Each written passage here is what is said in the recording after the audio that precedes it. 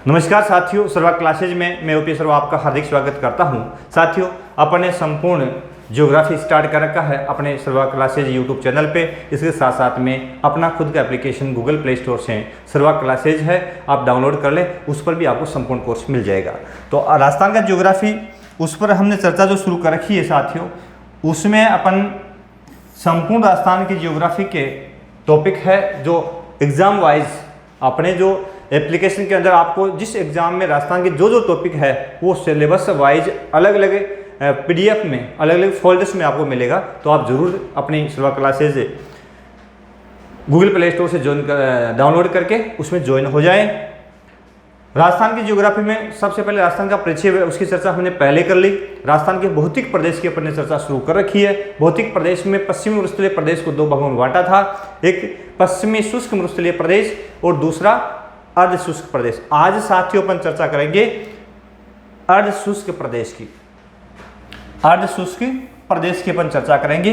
यह प्रदेश मुख्य रूप से जो राजस्थान का पश्चिमी अर्ध शुष्क प्रदेश है, यानी पश्चिमी मरुस्थलीय प्रदेश, आपको पता ही है कि अरावली पर्वत श्रृंखला यहाँ से आपको नजर आ रही होगी। इस भाग में अरावली पर्वत श्रृंखला है, तो उसके ठीक पश्चिम का पूरा जो क्षेत्र है वो पश्चिम मरुस्थलीय प्रदेश कहलाता है और इसको दो भागों में बांटा गया है। यहाँ मैं थोड़ा सा आपको इंडिकेट कर दूं कि पश्चिमी मरुस्थलीय प्रदेश को पश्चिमी मरुस्थल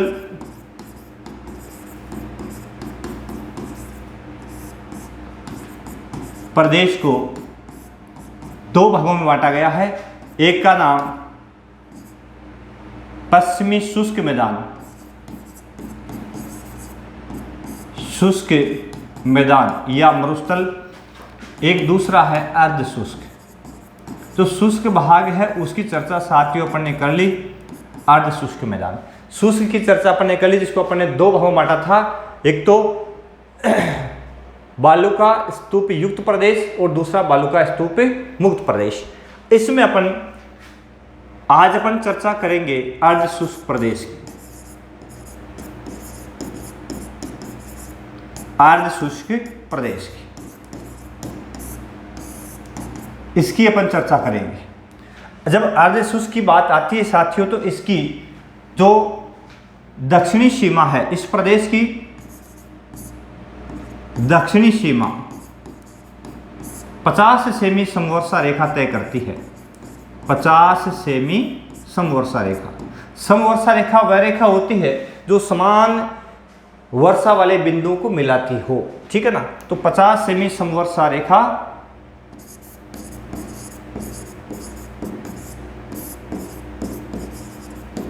इसकी दक्षिणी सीमा तय करती है। पश्चिमी सीमा, इस अर्ध शुष्क प्रदेश की पश्चिमी सीमा 25 सेमी समवर्षा रेखा। यहां देखिए 25 सेमी समवर्षा रेखा, क्योंकि 25 सेमी समवर्षा रेखा ही पश्चिमी मरुस्थलीय प्रदेश को मुख्य दो भागों में बांटती है, शुष्क और अर्ध शुष्क में। तो 25 सेमी समवर्षा रेखा।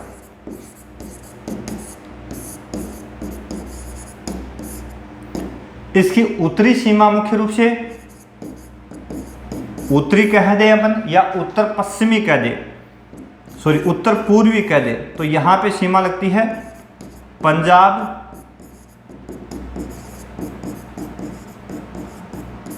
हरियाणा, ठीक है ना, राज्यों की। और इसकी जो दक्षिणी पश्चिमी सीमा इस प्रदेश की है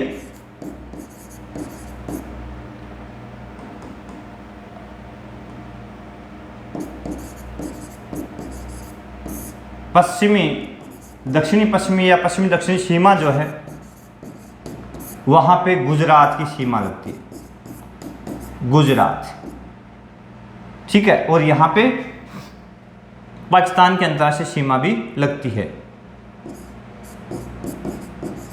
तो ये इसका सीमांकन हो गया। कौन कौन सी सीमा लगती है मेरे दोस्तों? इसकी सीमा अपन देखते हैं कि इसकी पश्चिमी सीमा तय करती है 25 सेमी समवर्षा रेखा। कौन सी? 25 सेमी समवर्षा रेखा। ये इसको दो भागों में बांटती है, अरावली से इसको अलग करती है 50 सेमी समवर्षा रेखा। समवर्षा रेखा वह रेखा जो समान वर्षा वाले स्थानों को मिलाती हो। ठीक है, इसकी उत्तरी पश्चिमी उत्तरी पूर्वी सीमा तय करती है। यहाँ पे पंजाब की सीमा लगती है और यहाँ पे हरियाणा स्टेट लगता है।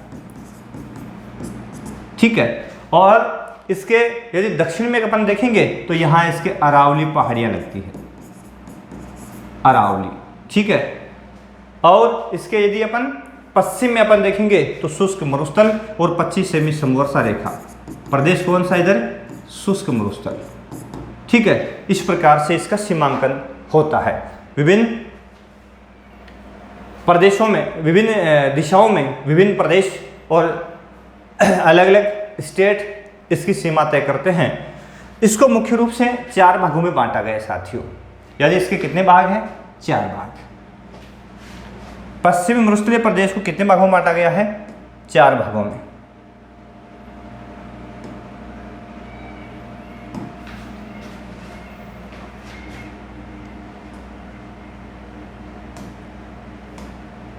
पश्चिमी मरुस्थलीय प्रदेश जो है उसको कितने भागों में बांटा गया है? 4 भागों में। ठीक है, अब वो 4 भाग कौन कौन से हैं?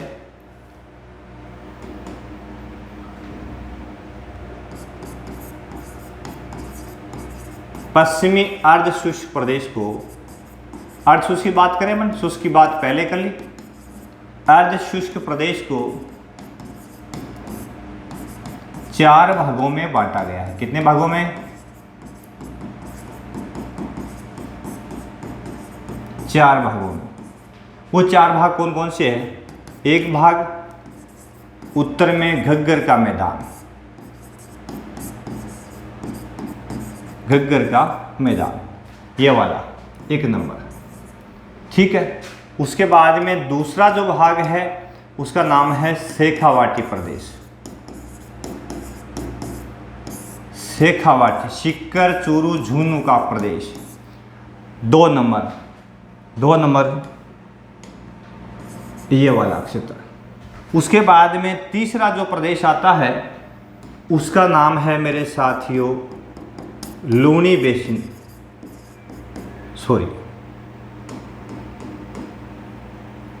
नागौर उच्च भूमि। नाम ही नागौर का है, इसका मतलब नागौर जिले का प्रदेश। आजकल इसमें कोचामन डीडवाना और आ गया है। तो यह हो गया अपना ये प्रदेश। और चौथा स्थान जो इसका आता है, इसका चौथा भाग मेरे साथियों वो है लूनी बेसिन, लूनी बेसिन। ठीक है, तो इसका चौथा स्थान आ गया लूनी बेसिन, ये वाला प्रदेश। इस प्रकार से हम इसको प्रमुख रूप से 4 भागों में बांटते हैं। कितने भागों में बांटते हैं? 4 भागों में इसको बांटते हैं। प्रत्येक भाग, सबसे उत्तर में अपन देखते हैं घग्गर का मैदान। इसका विस्तार मेरे साथियों कहाँ का है? इसका विस्तार गंगानगर हनुमानगढ़ में, गंगानगर व हनुमानगढ़ में। दूसरा शेखावाटी प्रदेश सीकर, चूरू, झुंझुनू, सीकर, चूरू, झुंझुनू इन जिलों में फैला हुआ है। नागौर उच्च भूमि, नागौर और कोचामन डीडवाना, नया जिला बन गया कोचामन डीडवाना, यहाँ फैला हुआ है। लूनी बेसिन मुख्य रूप से यहाँ आ जाती है, तो काफ़ी बड़ा प्रदेश है। इसमें कुछ हिस्सा पाली का भी आता है, पाली, इसके अंदर जोधपुर भी आता है, फड़ौदी वाला क्षेत्र उत्तर में रह गया, और इसमें बालोतरा भी आता है, इसमें बाड़मेर भी आता है। इन प्रदेशों में मुख्य रूप से लूनी बेसिन जो है वो फैला हुआ है। तो 4 भागों में इसको बांटा गया है। प्रत्येक भाग की बारी बारी से अपन चर्चा करते हैं। सबसे पहले अपन चर्चा करते हैं घग्गर के मैदान की। पहला प्रदेश जो है घग्गर का मैदान, सबसे उत्तर में है मेरे दोस्तों और इसका विस्तार मैंने कहा गंगानगर वह हनुमानगढ़ में है।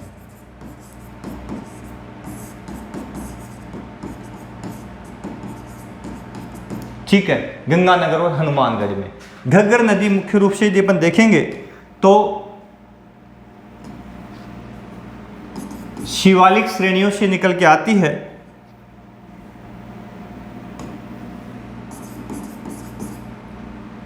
शिवालिक श्रेणियां विस्तार से राजस्थान का जब अफवाह पढ़ेंगे तो इसकी लंबाई, इसका उद्गम कहाँ से होता है, किस दिशा में इसका प्रवाह होता है और कहाँ विलुप्त होती है, अनेक बिंदु पर चर्चा करते हुए आगे बढ़ेंगे। शिवालिक श्रेणियों से निकल के आती है और राजस्थान में हनुमानगढ़ में प्रवेश करती है और पाकिस्तान की सीमा तक बहती है घग्गर नदी। साथियों, इसको मृत नदी भी कहा जाता है, मृत नदी। तो घग्गर की बात कर लें थोड़ी सी, क्योंकि घग्गर का मैदान है, यह है शिवालिक श्रेणी से निकलकर हिमालय की सबसे दक्षिणी श्रेणियां है। शिवालिक श्रेणी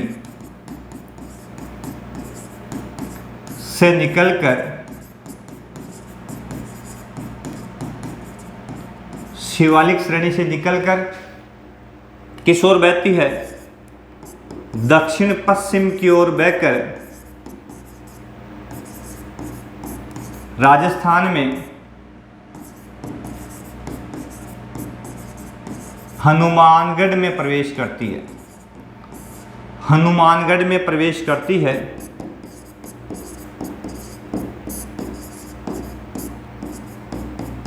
पाकिस्तान की सीमा पर, पाकिस्तान की सीमा के पास लुप्त हो जाती है। पाकिस्तान की सीमा के पास लुप्त हो जाती है। इसका मतलब ये आंतरिक अपवाह की नदी है। जो नदी किसी झील या खाड़ी में नहीं गिरती वो नदी आंतरिक अपवाह की नदी कहलाती है मेरे साथियों। तो ये आंतरिक अपवाह हो गया अपना। ठीक है, ये घग्गर नदी, ये पाकिस्तान की सीमा। कभी कभी क्या होता है, ये आगे भी बढ़ जाती है। जब वर्षा तेज होती है ना तो उस समय ये थोड़ी आगे बढ़ जाती है, पाकिस्तान में फोर्ट अब्बास तक पहुंचती है। जब वर्षा काफ़ी तेज हो तो कभी कभी ये पाकिस्तान में फोर्ट अब्बास तक भी पहुंचती है, लेकिन पाकिस्तान की सीमा के आसपास में ये विलुप्त हो जाती है। गंगानगर हनुमानगढ़ वाला जो क्षेत्र है, इसमें इस नदी के प्रवाह के कारण इस भाग को मुख्य रूप से किस नाम से जानते हैं, तो अन्न भंडार। अन्न भंडार यहाँ यह प्रदेश राजस्थान में सर्वाधिक उत्पादन देता है, यानी यहाँ फसलें बहुत अच्छी होती है। इसलिए गंगानगर जो जिला है मुख्य रूप से वो राजस्थान का अन्न भंडार है, वो कहलाता है। राजस्थान के अन्न भंडार के नाम से भी इसको जाना जाता है। ठीक है ना, गंगानगर हनुमानगढ़ वाला क्षेत्र।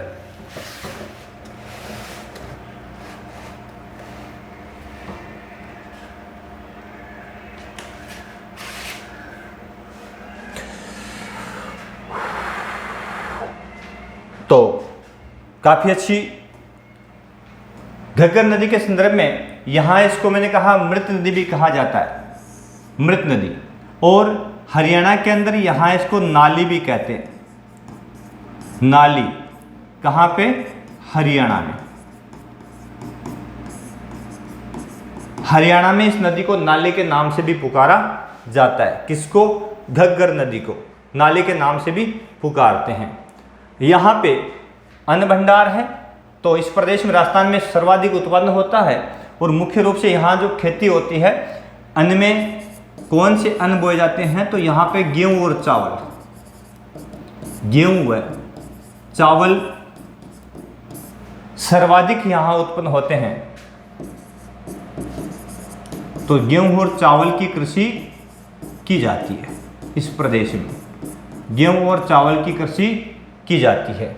यही वो क्षेत्र है, कौन सा? यही वो क्षेत्र है जहां सर्वाधिक सिंचाई होती है ना? तो सिंचाई अधिक होती है यहाँ पे, सिंचित भूमि सर्वाधिक है, सिंचाई अधिक होती है।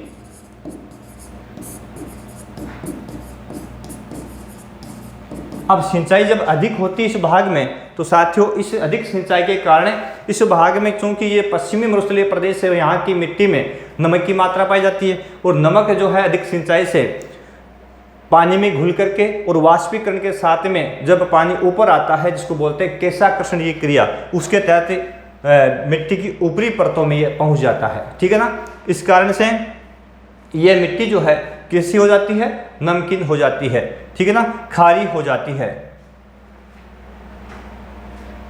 तो अधिक सिंचाई से यहां पर सेम की समस्या पाई जाती है, सेम की समस्या, जल प्लावन की समस्या भी पाई जाती है। ठीक है, कौन कौन सी बात की अपन ने? इस प्रदेश में अधिक सिंचाई होती है और गेहूं और चावल की खेती अच्छी होती है। चावल की खेती के लिए खेतों को पानी से भरा रखना पड़ता है, क्योंकि जहां 200 सेंटीमीटर से अधिक वर्षा होती है उन्हीं भागों में चावल की खेती होती है। शेष भाग में सिंचाई की आवश्यकता होती है। तो चावल की कृषि के लिए जब अधिक सिंचाई की जाती है, तो अधिक सिंचाई जहां होती है वहां पे एक समस्या आती है, जिसको बोलते हैं सेम की समस्या, और इसको बोलते हैं जल प्लावन।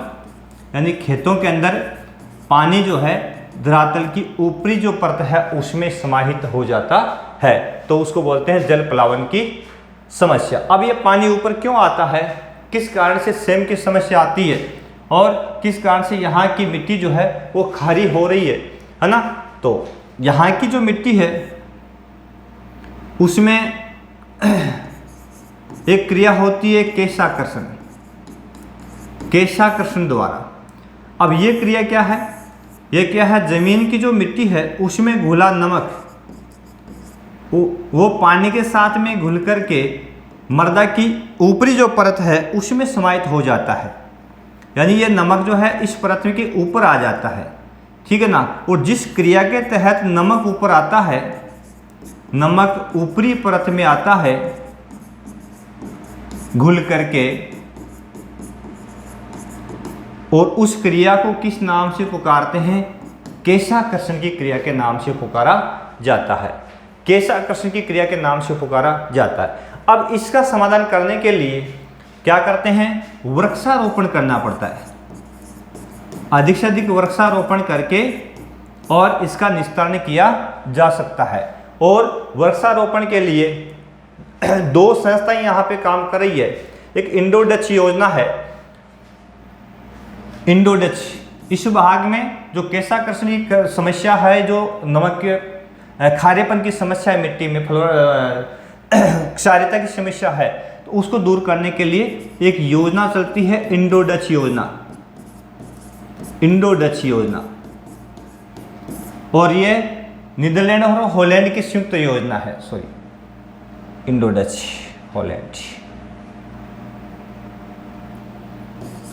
नीदरलैंड व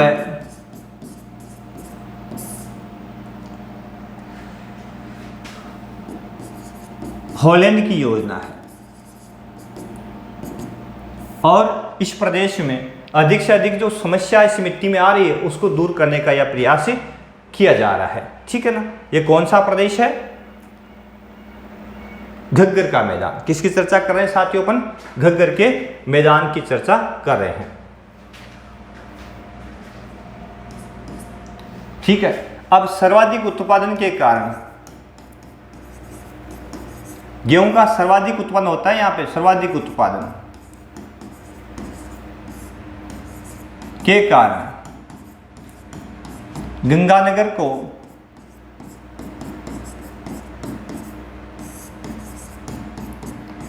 अन्नागार भी कहा जाता है,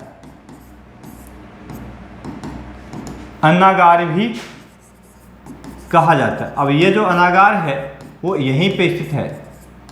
ठीक है ना? ये वाला क्षेत्र, यहां गंगानगर,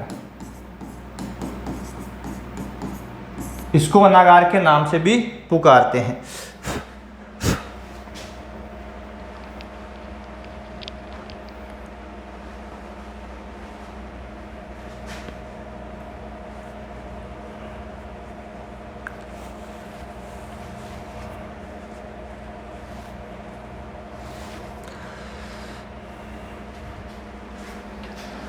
गर्मी बहुत ज़्यादा है मेरे साथियों। देखो अगला, इस भाग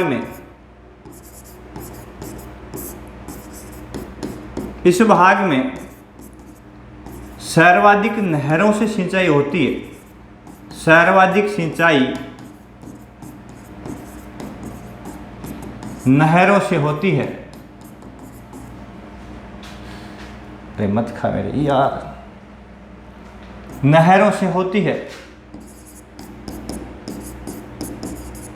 क्योंकि आपको पता है यहां राजस्थान की जो महत्वपूर्ण नहर है इंदिरा गांधी नहर, तो उसका क्षेत्र भी यही है, इंदिरा गांधी नहर, ठीक है ना। और दूसरी गंग नहर। तो यहां प्रमुख नहरें कौन कौन सी है? इंदिरा गांधी नहर सिंचाई के लिए इसी प्रदेश में है। इसके अलावा राजस्थान की पहली नहर गंग नहर, जो बीकानेर के महाराजा गंगा सिंह, तो इन नहरों से मुख्य रूप से इस प्रदेश में गंगानगर में अच्छी सिंचाई होती है, गंग नहर। और दूसरी कौन सी है? इंदिरा गांधी नहर। एक हनुमानगढ़ के अंदर एक योजना है सिद्धमुख नोहर परियोजना। हनुमानगढ़ में एक परियोजना और चलती है, सिद्धमुख नोहर परियोजना। तो इस सिद्धमुख नोहर परियोजना से सिंचाई जब पढ़ेंगे तो विस्तार से अपन चर्चा करेंगे। इरिगेशन के अंदर हनुमानगढ़ जिले को लाभ है, हनुमानगढ़ में इस योजना से सिंचाई होती है, ठीक है ना। ठीक है, तो यह है अपना कौन सा? घग्गर का मैदान। अब इसकी दक्षिणी सीमा जो तय की जाती है, दक्षिणी सीमा तो किससे लग जाती है? शेखावाटी से। दक्षिणी सीमा किससे लगती है? इसकी शेखावाटी से इसकी दक्षिणी सीमा होती है। इसके अलावा इसकी पूर्वी सीमा यहाँ पंजाब, हरियाणा, पश्चिमी पाकिस्तान और इसकी दक्षिण पश्चिमी सीमा जो लग जाती है वो किससे लग गई? शुष्क मरुस्थलीय प्रदेश की सीमा यहाँ लग जाती है, ठीक है ना। तो इस प्रकार से यह जो अपना प्रदेश है इसको बोलते हैं घग्गर नदी का बेसिन या घग्गर का मैदान। दूसरा भौतिक प्रदेश उसका नाम है, आगे चलेंगे अपन शेखावाटी में। अगला भौतिक प्रदेश कौन सा है? शेखावाटी। चलो जी, अब आगे जी अपन शेखावाटी भौतिक प्रदेश के अंदर, इसको बांगर प्रदेश भी कहा जाता है। बांगर प्रदेश भी कहा जाता है, अर्थात प्राचीन जलोढ़। बांगर क्या होता है आपको पता ही होगा, नदी द्वारा निक्षेपित वो मैदान जो प्राचीन जलोढ़ है उसको बांगर कहते हैं। पुराने जलोढ़ मैदान क्या कहलाते हैं? बांगर कहलाते हैं, ठीक है। अब इसी प्रदेश की यदि अपन बात करेंगे तो ये जो प्रदेश है इसकी उत्तरी सीमा किससे लग रही है? घग्गर के मैदान से। शेखावाटी की उत्तरी सीमा घग्गर के मैदान से लग रही है। इसकी उत्तर पूर्वी सीमा यहाँ हरियाणा से लग रही है। स्टेट इसकी जो दक्षिणी सीमा है वो 50 सेमी समवर्षा रेखा तय करती है। 50 सेमी समवर्षा रेखा इसकी दक्षिणी सीमा तय करती है और इसकी पश्चिमी सीमा 25 सेमी समवर्षा रेखा तय करती है, ठीक है। 25 सेमी समवर्षा रेखा। और इसके यदि अपन दक्षिण पश्चिम की बात अपन करेंगे तो साथियों इस साइड में कौन सा हो गया? नागौर उच्च भूमि से इसकी सीमा लगती है, नागौर उच्च भूमि। इस प्रकार से इसका सीमांकन हो गया, ठीक है। तो इसकी सीमा की अपन साथियों बात करेंगे तो इसकी सीमा कहाँ कहाँ किस किस से लगती है? तो शेखावाटी के अपन उत्तर की बात करेंगे, उत्तर में घग्गर बेसिन, ठीक है, उत्तर में घग्गर बेसिन। इसके अलावा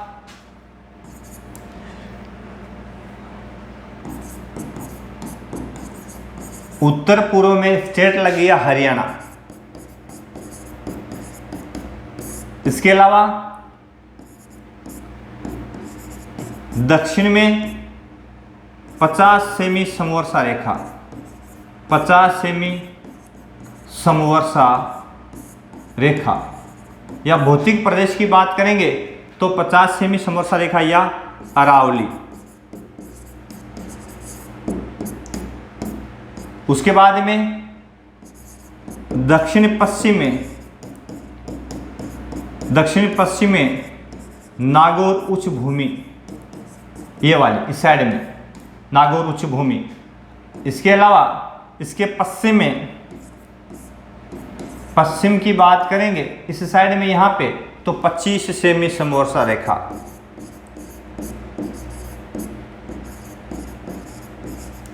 25 सेमी समवर्षा रेखा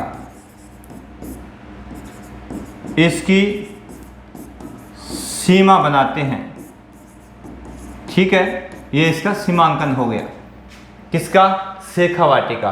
अब इसका विस्तार यदि अपन साथियों कहते हैं तो किन जिलों में मुख्य रूप से इसका विस्तार है, तो ये सबसे महत्वपूर्ण अपना जिला सीकर, चूरू, झुंझुनू और नागौर का यदि अपन उत्तरी क्षेत्र अपन देखेंगे तो कूचामन, डीडवाना,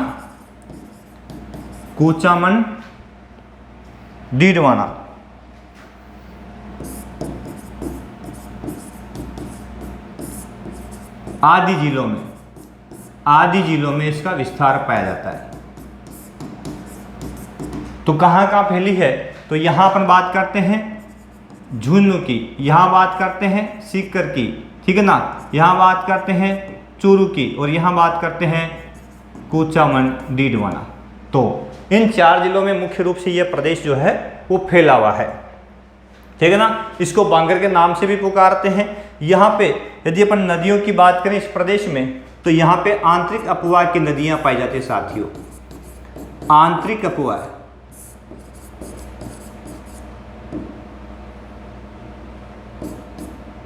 यहाँ आंतरिक अपवाह की नदियाँ मिलती है और वो कौन कौन सी है,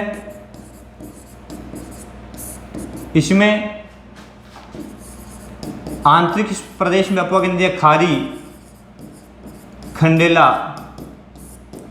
मेंथा, ठीक है ना, मेंथा या मेंढा, खारी, खंडेला, ये नदियाँ, कांतली आदि नदियाँ इस भाग को अपवाहित करती है, आदि नदियाँ इस प्रदेश में प्रवाहित होती है।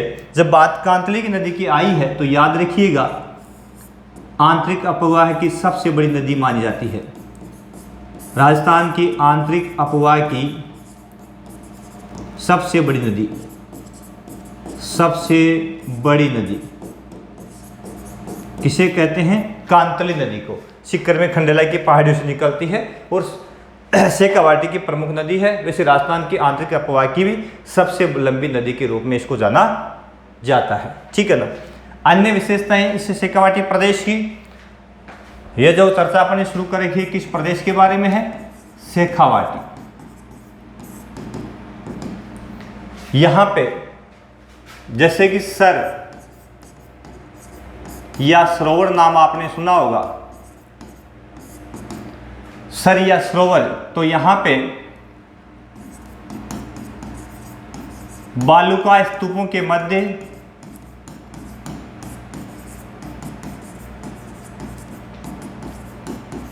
पाए जाने वाले जल क्षेत्र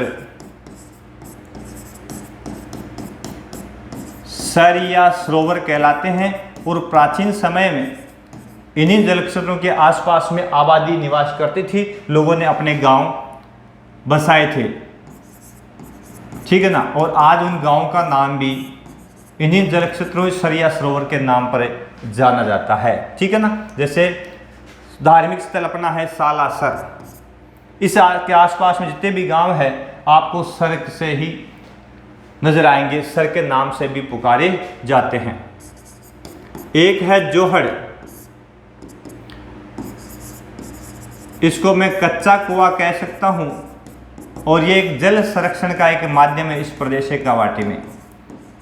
जल संरक्षण का माध्यम या भंडार है जिसको कच्चा कुआं भी कहा जाता है, जिसमें वर्षा जल एकत्रित किया जाता है और पीने और सिंचाई के काम में लिया जाता है, जिसे जोहड़िया तालाब भी कहते हैं। तालाब, जोहड़िया तालाब, ठीक है ना। इस भाग में मुख्य रूप से खारे पानी की झीलें पाई जाती है मेरे साथियों, यानी तेथिस सागर के अवशेष इस भाग में मिलती है। जैसे आप शेखावाटी में आओगे तो आपको यहाँ पे कई खारे पानी की झीलें मिलेगी, जैसे कि सांभर झील की बात करेंगे तो इसी भाग में है, ठीक है ना। इसके अलावा रेवासा, ठीक है, डीडवाना, कुचामन, नावा व सुजानगढ़ आदि क्षेत्र में पाए जाने वाली प्रमुख खारे पानी की झीलें हैं, ठीक है ना। और इन झीलों के अंदर नमक प्राप्त किया जाता है, और वो नमक मुख्य रूप से खाने के लिए तो काम में नहीं लिया जाता क्योंकि खाने योग्य नमक नहीं होता, ठीक है, लेकिन औद्योगिक उपयोग के लिए इस नमक का उपयोग है वो किया जाता है, ठीक है ना। यहाँ पे आपने पढ़ा होगा कि मेंढा नदी का बेसिन, मेंढा नदी के बेसिन में, यहाँ जो मेंढा नदी का बेसिन है, बेसिन में बरखान बालू का स्तूप पाया जाता है। तो शेखावाटी के अंदर बरखान बालू का स्तूप पाया जाता है।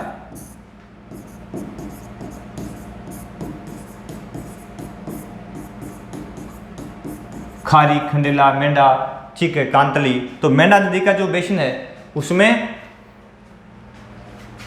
बरखान बालू का स्तूप पाया जाता है। एक शब्द आता है इस प्रदेश के अंदर, इस प्रदेश को यहाँ तोरावाटी भी कहा जाता है, तोरावटी या तोरावाटी।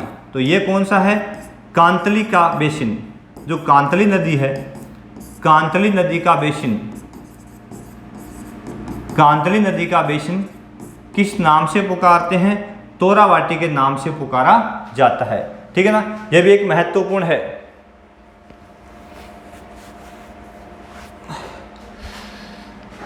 कांतली नदी का बेसिन जो है वो तोरावाटी के नाम से पुकारा जाता है, और यह मुख्य रूप से सीकर झुंझुनू के अंदर, सीकर व झुंझुनू जिले में यह बेसिन पड़ता है।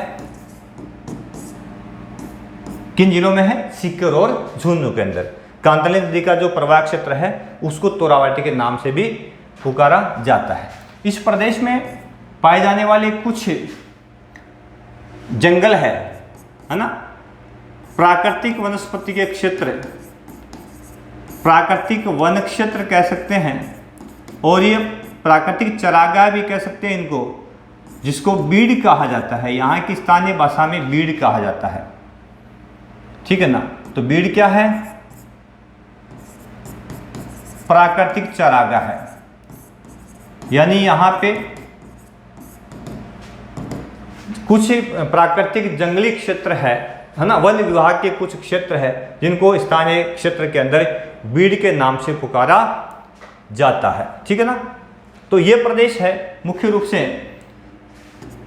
शेखावाटी, शेखावाटी प्रदेश, ठीक है ना। यहाँ पे यदि हम वनस्पतियों की साथियों बात करेंगे, वनस्पतियाँ कौन कौन सी मिलती है, तो इस प्रदेश में मुख्य रूप से खेजड़ी बहुतायत में मिलती है। अपने यहाँ पे खेजड़ी, शेखावाटी प्रदेश में खेजड़ी, और बहुमूल्य लकड़ी के रूप में रोइडा, जो मुख्य रूप से इस प्रदेश का सागवानी है। रोइडा राजस्थान का सागवान काफ़ी कीमती और मजबूत लकड़ी के लिए जाना जाता है। इसके अलावा इस प्रदेश में नीम है, बबूल है, ठीक है ना, शीशम है,